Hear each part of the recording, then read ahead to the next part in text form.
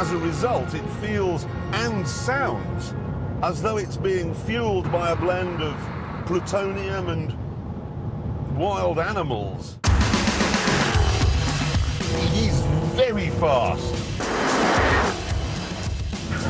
And very, very loud.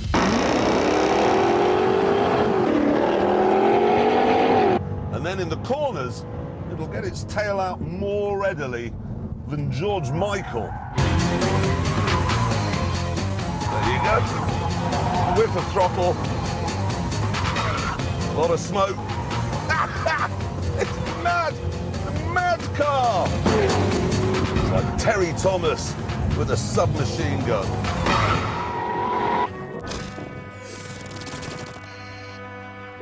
To make sure deaf people don't mistake the S for an ordinary XKR, the body has bigger sills, a bigger rear spoiler, and snowshoes on the bonnet. It's also got this new downturned nose, which makes it look rather disapproving, like a 1950s seaside landlady. And I'm sorry, but red brake calipers on a Jag. It's like fitting Camilla Parker Bowles with a vajazzle and rings. I'm saying this out loud, aren't I?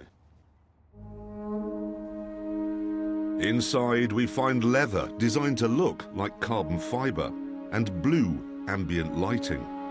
The walnut from Jags of yesteryear, gone. The Gentleman's Club has been turned into Grant Bovey's gym.